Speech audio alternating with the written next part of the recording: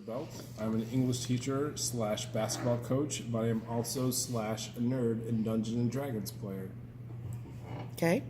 So, what would you say from your perspective of being a lifelong athlete, but also like lifelong, participant in tabletop gaming like Dungeons and Dragons?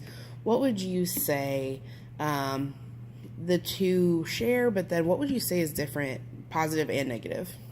I think positive things they share are like you need teamwork, you got to work together towards a common goal. There is a camaraderie aspect of it to where you get to know people playing the game with you, and there's ways and times that you can build relationships with people.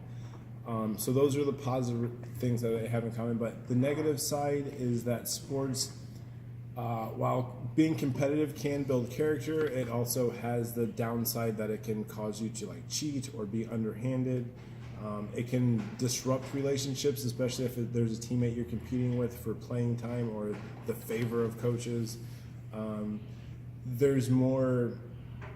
A lot of times, sports relationships come in with parents and children, where I feel like in D&D that's less the case. There aren't parents who are like, "You better play your D&D like I did," but you definitely have parents who kind of force their kids to play sports, and that affects their relationships when they don't want to. And kids can get burned out from sports, especially if they don't want to do it.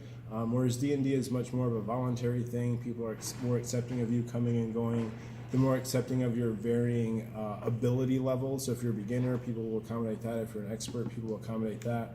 Whereas in sports, if you're not good, you're not on the team, so you don't get to participate in the camaraderie or the teamwork or the team building, stuff like that. So there's similarities and differences, but D&D just has a more inclusive aspect to it than sports does.